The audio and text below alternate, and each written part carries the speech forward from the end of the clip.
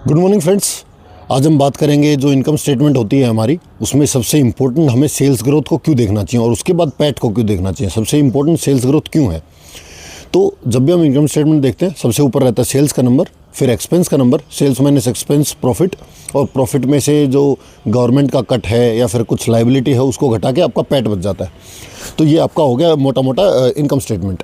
तो अभी Q3 का रिजल्ट आ रहा है कंपनीज़ का। ज्वेलरी सेक्टर का पूरा आ गया, आईटी का और एनबीएफसी और बैंकिंग सेक्टर का भी आना बाकी है और धीरे धीरे आ भी रहा है। आज टीसीएस का आ गया जैसे। तो मोस्ट इम्पोर्टेंटली हमें सबसे पहले देखना है कि year on year sales growth क्या है कंपनी की।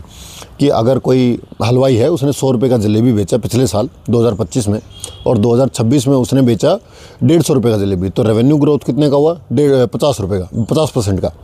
तो हम इसमें ये देखना है कि हाँ भाई उसने 50% का रेवेन्यू ग्रोथ तो किया, फिर देखना है उसका प्रॉफिट कितने % से बढ़ा। वो मानो कि पिछले साल उसका प्रॉफिट परसेंटेज 25% था और इस साल वो 40% हो गया।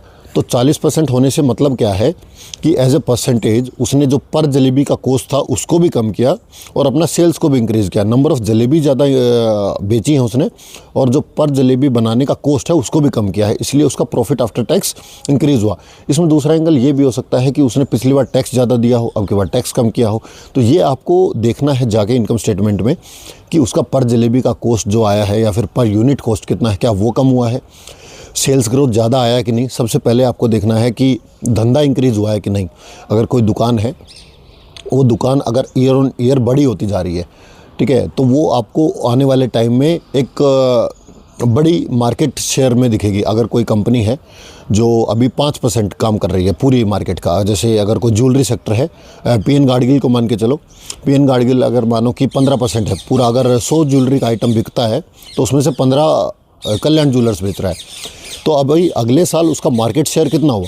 क्या वो 16% हुआ? अगर 16% हुआ तो बाकी लोगों का जो धंधा था वो कल्याण ज्वेलर्स ने ले लिया। मतलब जो कस्टमर कहीं और से ले रहे थे ना, वो आके कल्याण ज्वेलर्स में लेने लगे।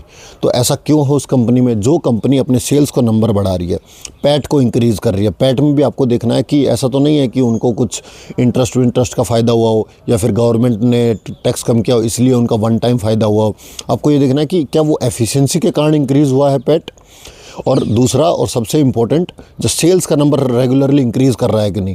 और सेल्स में भी पेस ऑफ सेल्स ग्रोथ, कि पिछले साल 20% था, इस साल 25 होना चाहिए, अगले साल 30 होना चाहिए। और उस कंपनी के साथ जब तक आपको रहना है जब तक उसका EPS पीक नहीं कर जाता, earning per share I mean. तो आपको इन चीज़ों पे सबसे ज़्यादा फोकस करना है। अभी Q3 का रिजल्ट आ रहा है, तो अभी एक ज्वेलरी सेक्टर का मैं आपको एक छोटा सा अपडेट दे देता हूँ। पीएन गाडगिल का, कल्याण ज्वेलर्स का, सेनको का और शांति गोल्ड का, वो तो चलो B2B है। ये मोटा मोटा इनका रिजल्ट आया। टाइटन का रिजल्ट आया तो लगभग सेंको ने 51% ग्रो किया।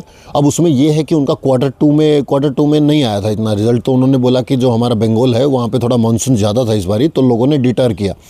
डिटर मतलब थोड़ा आगे बढ़ा दिया अपनी परचेजिंग को, और Q3 में हमारा ज़्यादा परचेजिंग आया है। लेकिन अभी उन्होंने अपना जो सेल्स ग्रोथ है ईयर ऑन ईयर का, पहले उनका 18% बोला था उन्होंने कि हम इस साल करेंगे, अभी वो इंक्रीज़ करके उनको शायद 24-25% कर दिया है।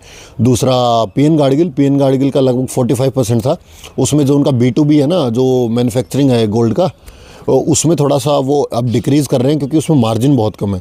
जब आप ज्वेलरी को ऐसे डिज़ाइन में बना के बेचते हैं तो आपके मार्जिन हाई होते हैं, तो वो B2C में जा रहे हैं। मैक्सिमम उनका 83% कुछ हो गया है B2C में, और उसको आप रेगुलरली इंक्रीज़ कर रहे हैं। तो उसमें आपको ये देखना होगा कि जो उनका अभी आउटसाइड महाराष्ट्र दो ब्रांच है ना, शायद एक बनारस में है और एक और है दूसरी जगह, तो वो कितना जल्दी ब्रेक इवन कर पाते हैं, वहाँ का सेल्स ग्रोथ क्या है उस स्टोर का। वहाँ पे जितना जल्दी होगा वहाँ से फिर डी रेटिंग होगा इस कंपनी के PE में। और टाइटन में इतना बड़ा वो है, बेस है। दूसरा कल्याण ज्वेलर्स का इतना बड़ा बेस है, लगभग 450-500 स्टोर्स है। तो उन्होंने किया लगभग 40% का। तो इतना बड़ा बेस के ऊपर अगर आप इतना अच्छा ग्रोथ दिखा पा रहे हो, तो आप देखेंगे कि आपको आने वाले टाइम में एक पीएन गाडगिल और कल्याण ज्वेलर्स, इन दोनों का जो मार्केट शेयर है वो बढ़ता हुआ दिखेगा। वो इसलिए बढ़ता हुआ दिखेगा कि इनका जो सेल्स ग्रोथ है ना, और पेस ऑफ सेल्स ग्रोथ वो इंक्रीज़ हो रहा है, इम्प्रूवमेंट हो रहा है, और इन्होंने अपना जो ईयर ऑन ईयर ग्रोथ है वो भी इम्प्रूव किया है। अभी पीएन गाडगिल ने बोला था कि हम शायद 9500 करोड़ का अभी रेवेन्यू करेंगे इस साल, 7000 करोड़ का हो गया है, तो उनको 2500 करोड़ का करना है इस क्वार्टर में, क्वार्टर 4 में। अगर उन्होंने ये कर लिया तो मतलब वो हो जाएगा कि हमने बोला और हमने किया। फिर वहाँ से स्टॉक हो सकता है कि आपको प्राइस मोमेंटम देखना पड़े, हालांकि वो इतना इंपॉर्टेंट नहीं है प्राइस में क्या हो रहा है।